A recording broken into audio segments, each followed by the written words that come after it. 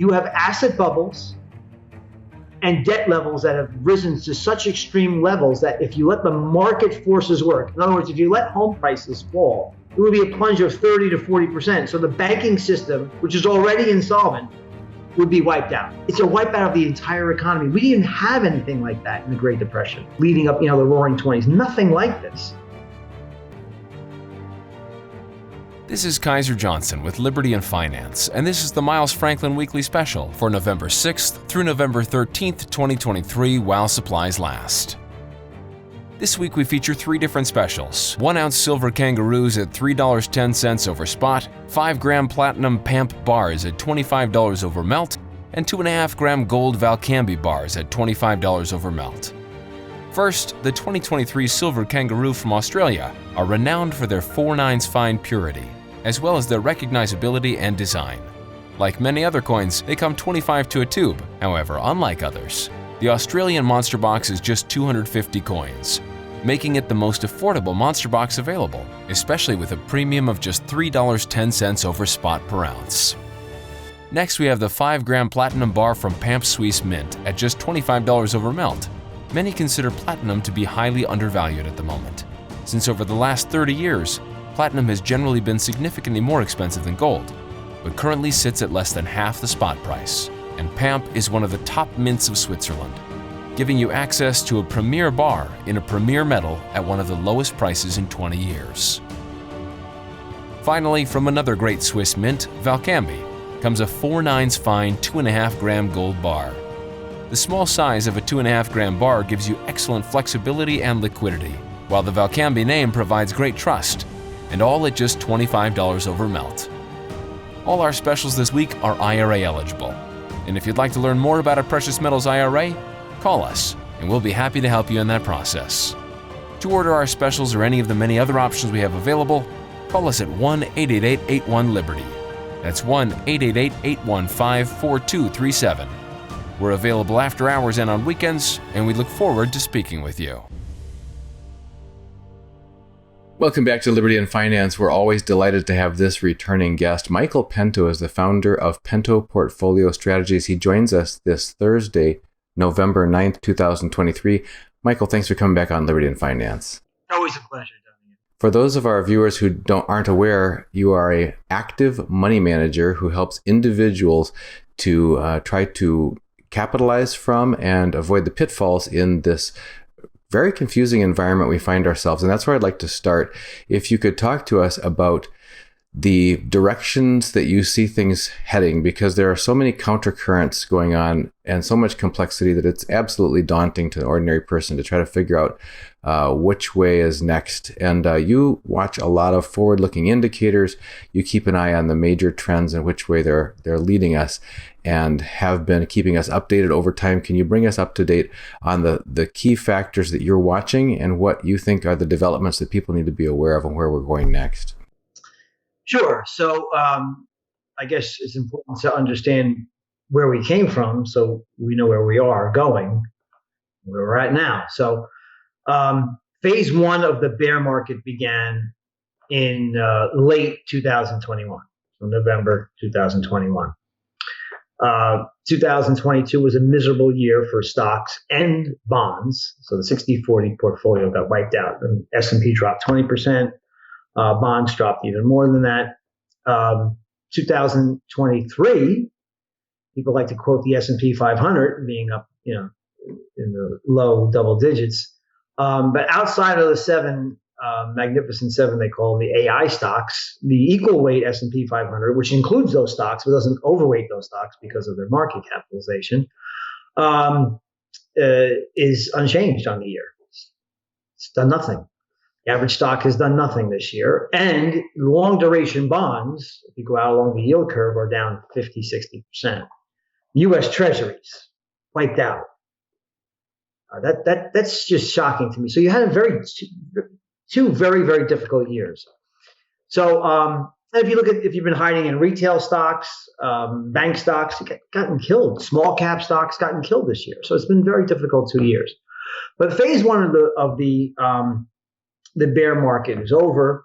I think we're about to enter phase 2 of the bear market, which is one that involves a recession. and it's going to be a market crash of anywhere between 30 and 50% is my belief based on where we are valuation wise.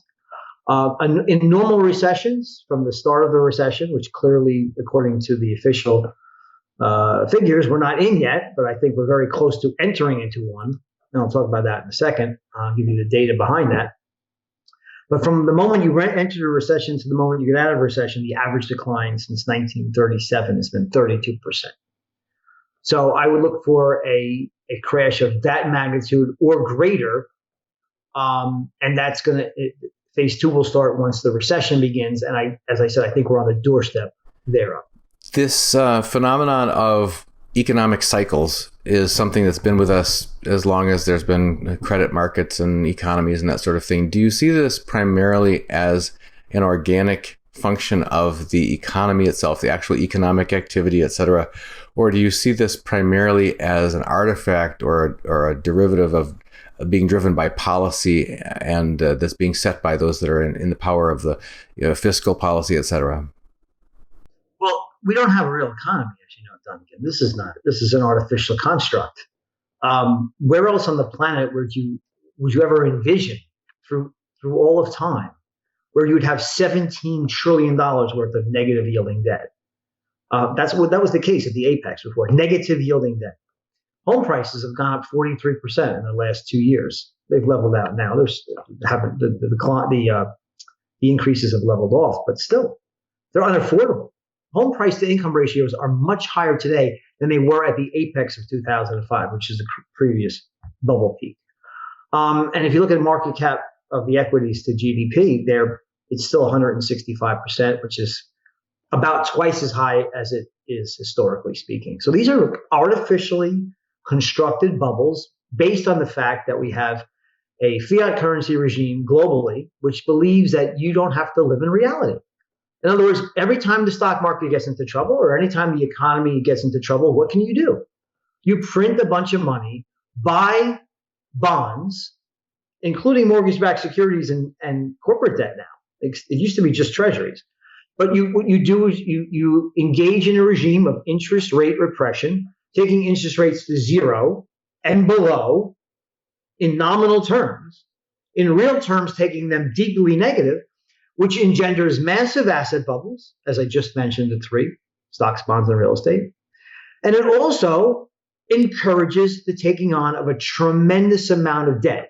And that is why we're going to be paying $1 trillion in interest payments on the national debt very, very soon, probably in fiscal 2024, which begins in October, which is where we're in right now. We're in November. So, fiscal 24 has started. Imagine paying $1 trillion. That's the largest budget item outside of Social Security. It's even more than defense. Well, yeah, there's been some statements. There have been some official calculations. I don't know if it was from the Congressional Budget Office or Office of Management of Budget or whatever, but they're talking about the amount of the government's expenditures for just servicing the debt and entitlement programs going to consume, I forget if it's by 2030 or whenever, the entire budget, so that there's nothing left for government services. 2040, 100%. And that's assuming that we don't have a recession. In your recessions, the income to the Treasury dries up. And at the same time, the expenditures go through the roof. So you can think of deficits of doubling and tripling. So we're looking at perhaps $3 trillion in a annual deficit. I mean, $4 trillion is not out of the question. Annual deficit. That's where we're heading.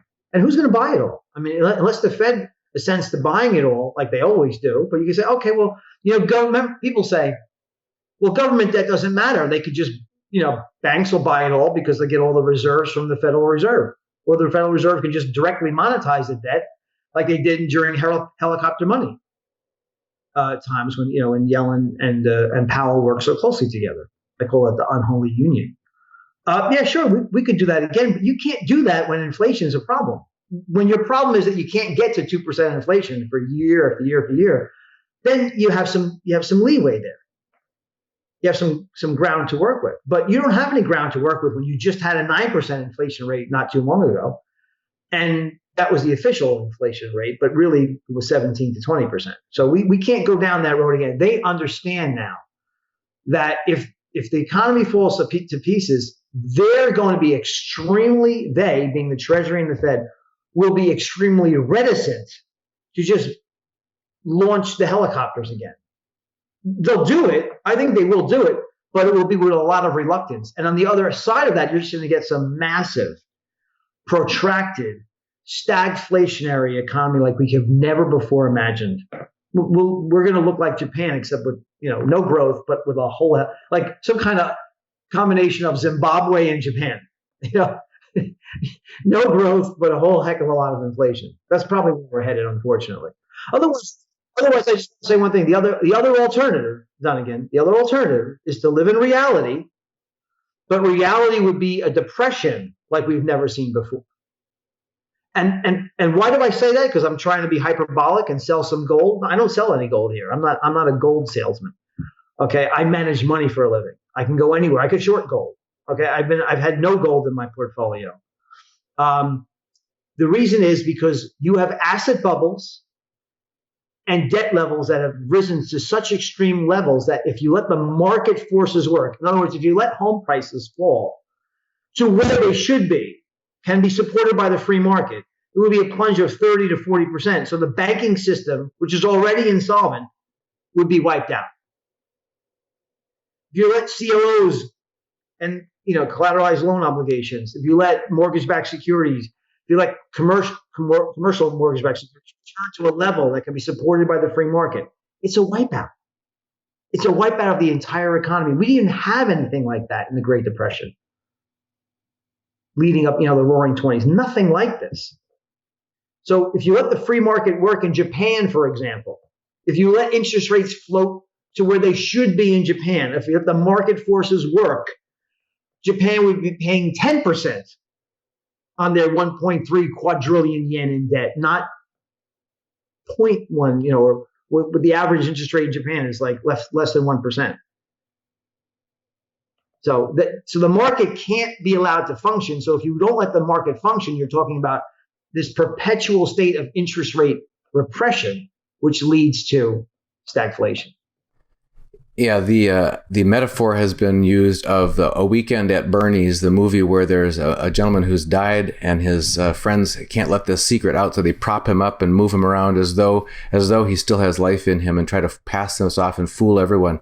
That's have been brought up over the past 3, 4, 5 years as an analogy for what's going on in our financial world. Any thoughts? Because we've heard of zombie companies that are being kept propped up even though they're not making any profit, can't even service their debt. Now you've got countries that if the market was allowed to demonstrate people's loss of confidence in those bonds, the interest rates would spike out of control. So what's your view on the sustainability of this sort of this state of suspended animation that defies Mother Nature, defies gravity, defies all the rules of logic? Well, depending on the estimates, it's between 10 and 20% of all listed, not businesses, listed companies are zombie companies, meaning that they have to issue new debt, to pay off the creditors that are already in existence. That was a practice you could do when money was free. It's no longer free. So you see, the economy now, in the labor market, is now starting to crack. For instance, can I give you some data on that? There's 604,000 job cuts planned so far this year. This is Challenger Day and Christmas data. That's an increase of 198% year over year. So let's look at the other labor market. You see, what happens is when you start laying off 10 to 20% of the employees of zombie companies. By the way, small businesses employ 50% of Americans. So it's not a small bit of the labor market. It's a huge part of the labor market.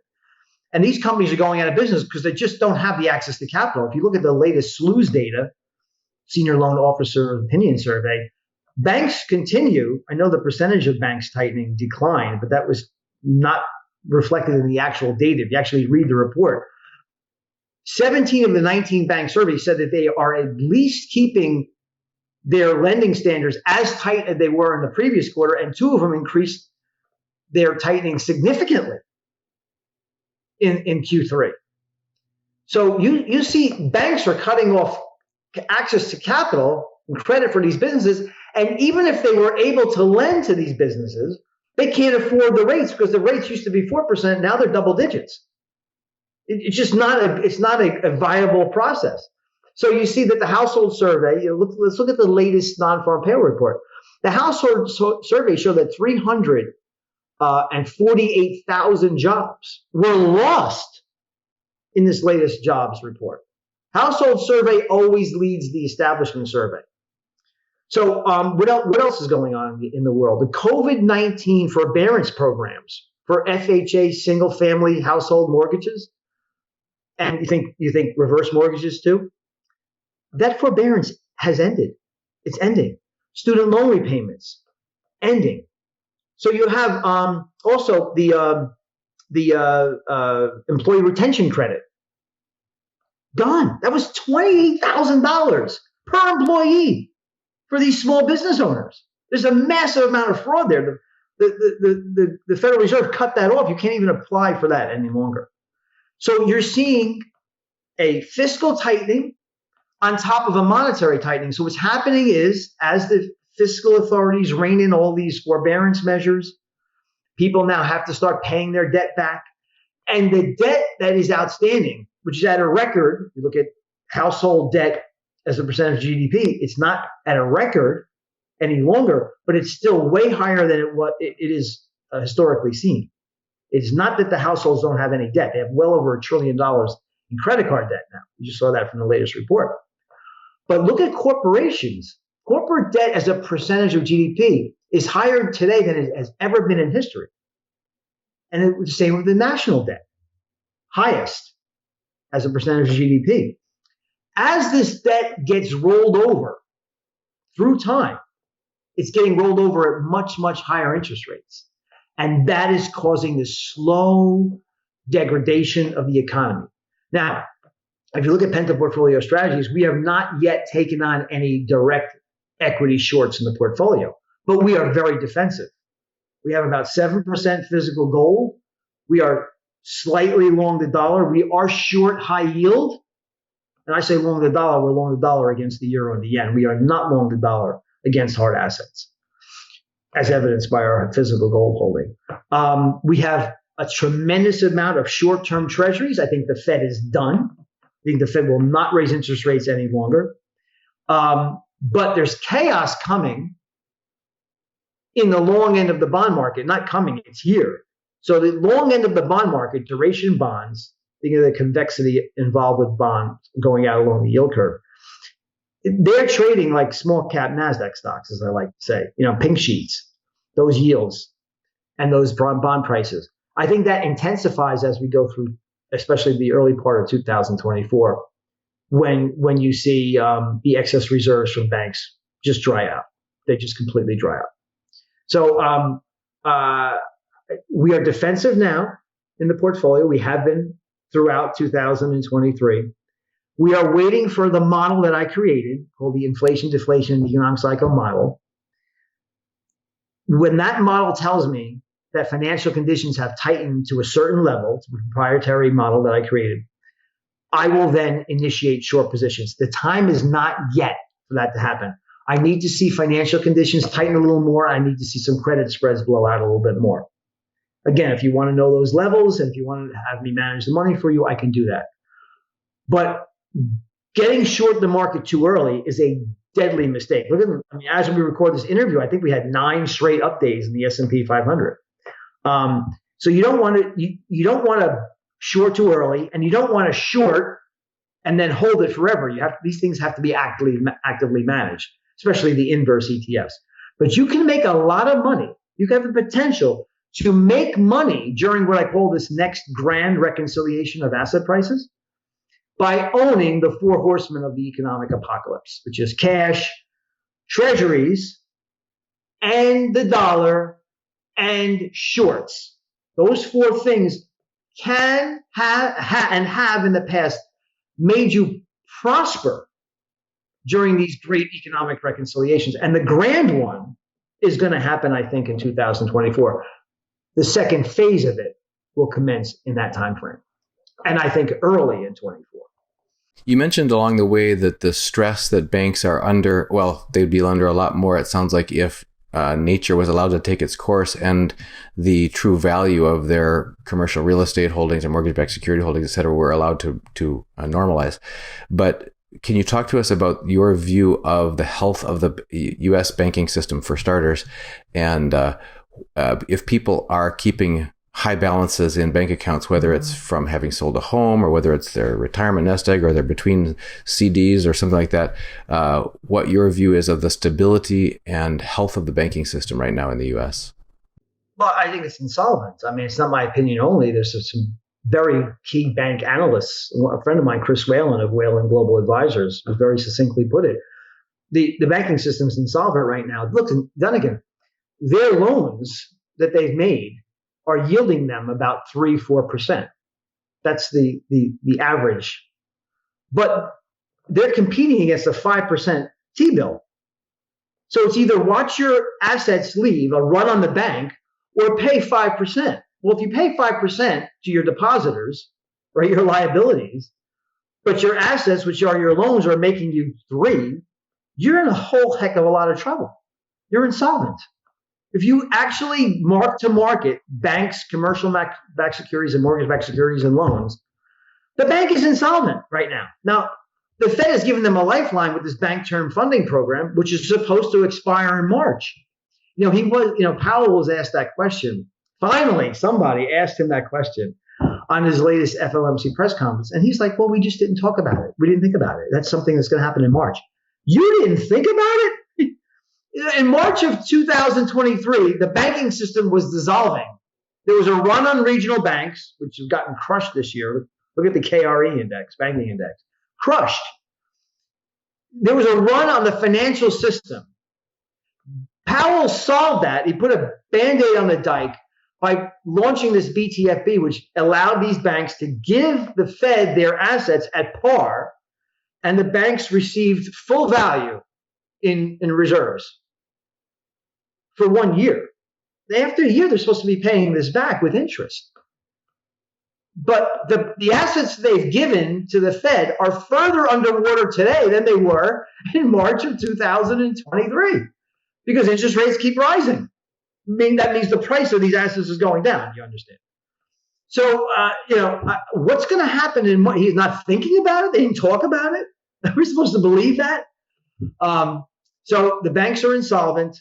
They will remain insolvent, at least on paper, and operate like zombies as long as the Fed holds these assets on their balance sheet and rates stay high. If rates come back down, then these assets will appreciate in value for the most part. But if the Fed was cutting rates rapidly, let's just say the Fed was cutting rates rapidly to revitalize the mortgage market and boost home prices, what do you think is going to happen with inflation? What do you think is going to happen to the dollar? In other words, there's no easy way out of this. They're trapped. Once inflation jumped way above 2%, above their target level, it was game over. It was checkmate for the Federal Reserve. So 2024 is going to be very interesting. You have to actively manage around that because we're going to have either if the gravitational forces, the natural forces of the market were allowed to play out, we'd have a deflationary depression. But if the Fed and Treasury cooperate together to try to reinflate the asset bubble, you're going to have some protracted period of intense stagflation. Which one, I don't know. You'll probably have both at different times, but active management is a necessity.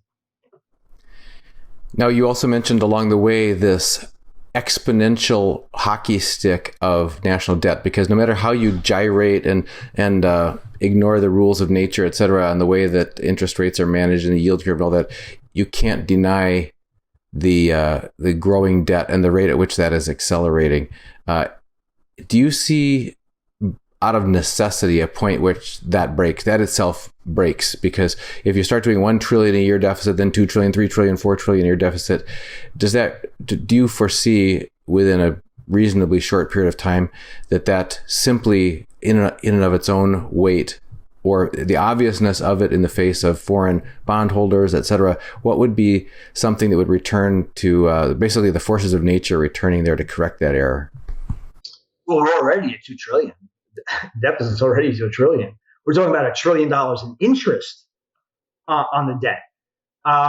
Yeah, you mentioned before, it's data that I actually presented on a podcast a few weeks ago. In 16 years from now, all of the revenue that we have is going to go to entitlements and defense and interest expenses. I mean, nothing left to operate the government. That's assuming we don't have a recession in the next 16 years, which is that's never happened before in history that you go that length of time without a recession. So you get to a point where it's like an inflationary debt spiral where you say, so you print money to keep interest rates down, which causes inflation to go higher, which causes the interest expense on the debt to rise, which causes you to print more money to keep the bond yields from rising. We can go the way of the Hungarian pengo with the US dollar, the world's reserve currency, if that's what they want to do. So like I'm saying, we're going to have, this is a binary outcome which will occur at different times. Inflationary depression or deflationary depression. Those are your outcomes. And I don't see really an easy way, or I don't see any way around that, just given how artificial the market has become. You mentioned in passing that you adjust all the factors of your portfolio. That's part of being an active manager. You adapt to where you see things heading next by adjusting your holdings and assets and the direction of your other investments. And you've often updated us on the role where you see gold having a place in that overall picture. Can you bring us up to more understanding of where you see that heading next, based on what you're describing unfolding? So the position in the portfolio right now is 7% of physical gold. And I say physical gold. I'm not talking about the gold that I recommend that you have in your possession. So I always start out with, you should have about 5% of your net worth in physical gold in your possession, not held at a bank somewhere, not in one of these gold ETFs. Because in a pinch, the reason why you own gold is because you don't trust the financial system. Well, if you don't trust the financial system, who cares if you own GLD and then you call your broker, but your broker's out of business. So, I mean, and that's a fat tail event. It's only going to happen once. It's not imminent. So I'm not trying to scare people. I'm just saying that the purpose of gold, if you don't trust the currency and you don't trust the financial system, why would you then own it in the financial system? It just doesn't make any intuitive sense. It's cognitive dissonance there. So you don't store your gold in a vault somewhere. You store your gold where you don't have to trust anyone else but yourself and your Lord to protect it. So I start there, and then I toggle the remaining amount of gold between 0 and 20%. We're at 7% right now, physical gold. Now, when I talk about, I call that liquid paper gold. That includes miners. We don't have any miners right now because miners don't do very well when you have times of a stock market chaos, which is where I think we're headed. Clearly heading for increased stock market chaos as the recession manifests itself. So when would I get to 20% gold is when I'm absolutely sure short-term rates have topped out. That's where I am now. But I want to be absolutely sure long-term rates have topped out. And I'm not sure about that because the liquidity in the bond market is evaporating very fast. So when I'm confident that there will be enough liquidity in the bond market, which means people are selling stocks and rushing to duration bonds for protection, then you want to own gold with both hands. We're not there yet, but we're getting close to that point. That point probably happened sometime in early 2024. That's what I see right now. For people that want to take advantage of your services as an active money manager, how do they get connected? So the website is pentoport.com. On it, I have a 5-week trial, free trial for the midweek reality check to get my thoughts about what you really should be paying attention to, not the 50-day moving average of Meta or whatever you hear on the mainstream financial media. I mean, the real stuff that you heard on this program. For instance, did you hear anywhere else that in the household survey, they are shedding jobs, almost 350,000 jobs shed? That's the kind of data that you should understand and know about. So you'll get a free trial there. It's 5 weeks in duration. It's $50 a year if you want it. But if you want me to manage your money and you have $100,000 and you're a U.S. citizen, I will directly manage the money for you. And again, it's pentoport.com. My email is mpento@pentoport.com, and the number for the office is 732-772-9500. Well, Michael, we always are grateful for your presence here, giving us this, you call it a reality check, I call it a sanity check. I really appreciate that.